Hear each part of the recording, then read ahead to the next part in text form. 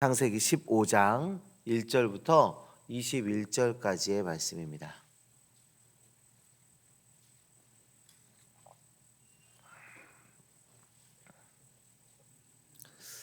이 시간 함께 보신 하나님 말씀은 창세기 15장 1절부터 21절까지의 말씀입니다. 다 같이 한 절씩 교도하여 읽도록 하겠습니다. 이후에 여호와의 말씀이 환상 중에 아브라함에게 임하여 이르시되 아브라함아 두려워하지 말라. 나는 내 방패요 너의 지극히 큰 상급이니라. 아브라함이 이르되 주 여호와여 무엇을 내게 주시려 하나이까. 나는 자식이 없사오니 나의 상속자는 이 다메섹 사람 엘리에셀이니이다. 아브라함이 또 이르되 주께서 내게 씨를 주지 아니하셨으니 내 집에서 길린 자가 내 상속자가 될 것이니이다. 여호와의 말씀이 그에게 임하여 이르시되 그 사람이 내 상속자가 아니라 내 몸에서 날 자가 내 상속자가 되리라 하시고 그를 이끌고 밖으로 나가 이르시되 하늘을 우러러 무뼈를 셀 수 있나 보라. 또 그에게 이르시되 내 자손이 이와 같으리니 아브라함이 여호와를 믿으니 여호와께서 이를 그의 의로 여기시고 또 그에게 이르시되 나는 이 땅을 내게 주어 소유를 삼게 하려고 너를 갈대아인의 우르에서 이끌어낸 여호와니라. 그가 이르되 주 여호와여 내가 이 땅을 소유로 받을 것을 무엇으로 알리이까. 여호와께서 그에게 이르시되 나를 위하여 3년 된 암소와 3년 된 암염소와 3년 된 순양과 산비둘기와 집비둘기 새끼를 가져올지니라. 아브라함이 그 모든 것을 가져다가 그 중간을 쪼개고 그 쪼갠 것을 마주대어 놓고 그 새는 쪼개지 아니하였으며 솔개가 그 사체 위에 내릴 때에는 아브라함이 쫓았더라. 그 느감과 두려움이 그에게 임하였더니 여호와께서 아브라함에게 이르시되 너는 반드시 알라. 내 자손이 이방에서 객이 되어 그들을 섬기겠고 그들은 400년 동안 내 자손을 괴롭히리니 그들이 섬기는 나라가 내가 징벌할지 그 후에 내 자손은 큰 재물을 이끌고 나오리라. 너는 장수하다가 평안히 조상에게로 돌아가 장사될 것이요 내 자손의 4대 만에 이 땅에 돌아오리니 이는 아모리 족속의 죄악이 아직 가득한 것이다.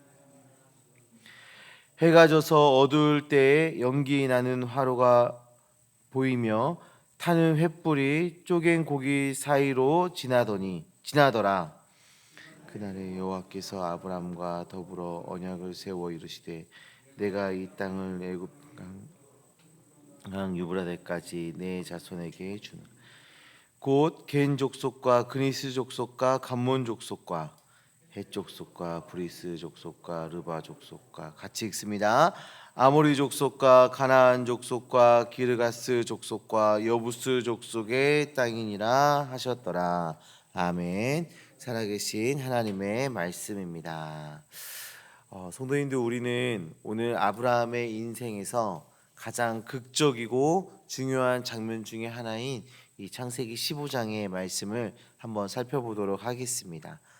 우리도 살아가면서 잠이 오지 않는 깊은 밤을 보낸 적이 있으시죠? 내일이 오는 게 두렵고 내가 지금 잘 살고 있는 건가 싶어 가슴이 답답해지는 그런 밤을 맞이하는 순간들이 있습니다. 오늘 본문에 나오는 아브람이 바로 그런 상태입니다.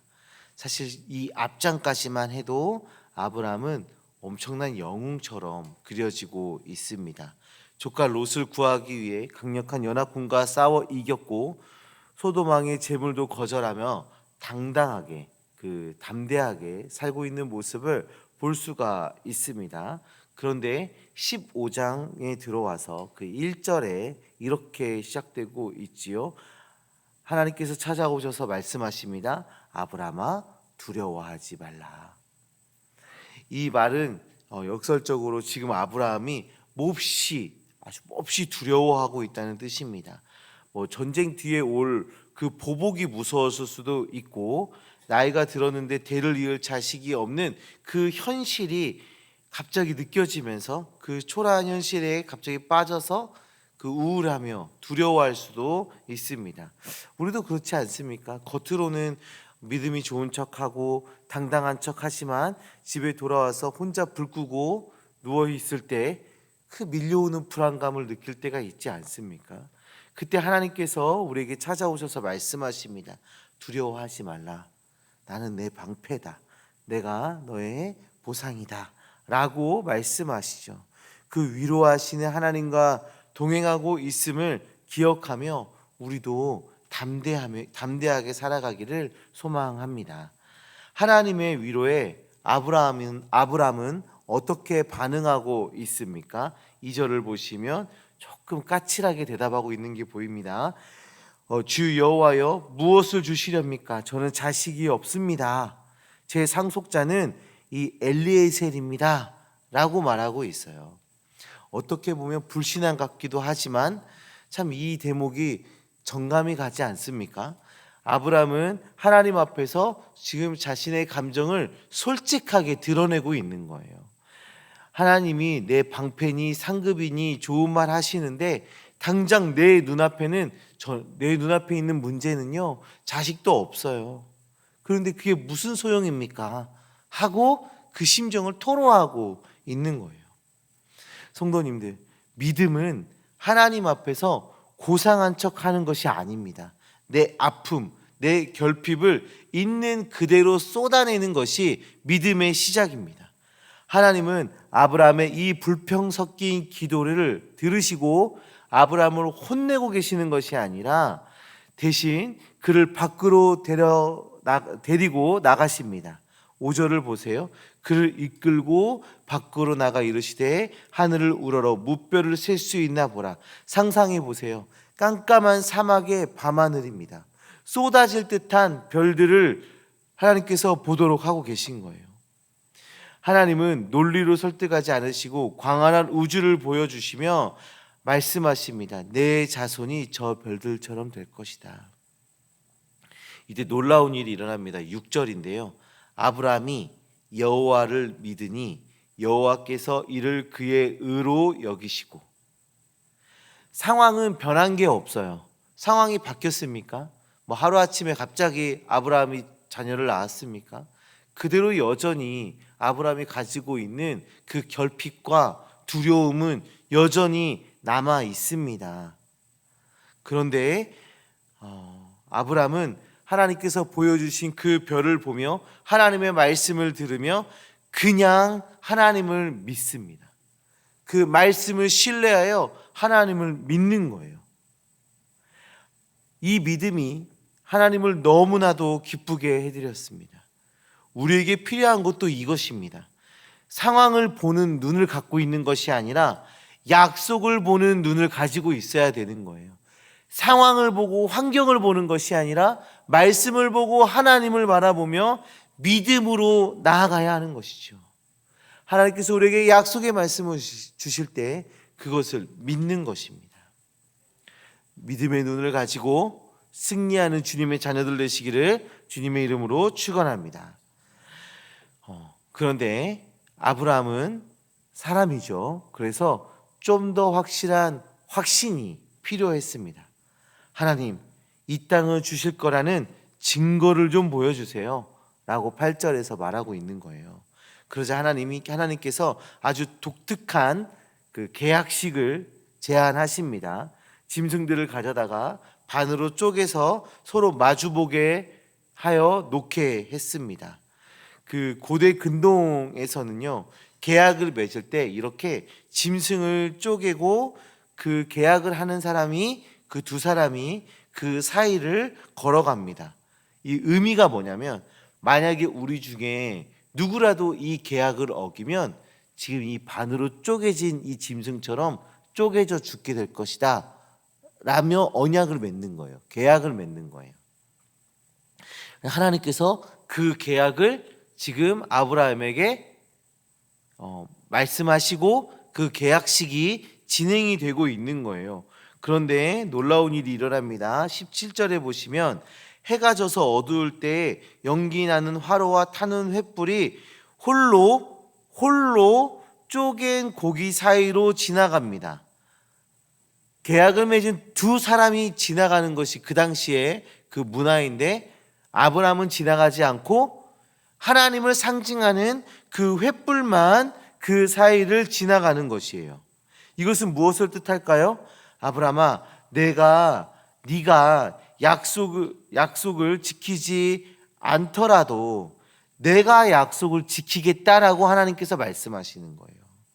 이 약속은 나 여호와가 내 이름을 걸고 내 생명을 걸고 반드시 지키겠다라고 말씀하시는 거예요. 아브라함이 연약해서 실수하고 넘어질지라도 내가 죽으면 죽었지, 이 언약은 깨뜨리지 않겠다라는 하나님의 일반적 사랑, 하나님의 일방적 언약인 것입니다. 성도님들, 이 횃불은 훗날 어떻게 우리에게도 주어집니까? 약속을 어긴 우리 인간들 대신 몸이 찢기고 피 흘리시며 십자가에 달려 죽으신 우리 예수 그리스도로 이어집니다. 우리가 믿음이 좋아서 은혜를 누리고 복을 받는 것이 아니라 하나님께서 자기의 생명을 걸고 우리를 붙들고 계시기 때문에 우리가 안전한 것이며 우리는 은혜를 누리게 되는 것입니다. 성도님들, 하나님은 아브라함에게 땅을 약속하시면서 동시에 한 가지 예고를 하십니다. 내 후손이 이방에서 계기되어 400년 동안 괴로움을 당할 것이다. 약속을 주시자마자 고난을 말씀하십니다. 은혜에 대해서 얘기하시자마자 고난을 얘기하고 계세요. 이상하지 않습니까? 하지만 하나님은 덧붙여 말씀하시죠. 그 후에 큰 재물을 이끌고 나오리라. 하나님의 약속은 즉각적인 마법이 아닙니다. 때로는 긴 기다림이 필요할 수도 있어요. 때로는 애굽에서 종살이하는 것 같은 시련의 터널을 우리가 지나가야 할 때도 있습니다. 하지만 분명한 사실은 무엇입니까? 횃불을 들고 고기 사이를 지나가신 하나님이 결코 우리를 포기하지 않으시고 반드시 그 언약을 이루신다라는 것입니다.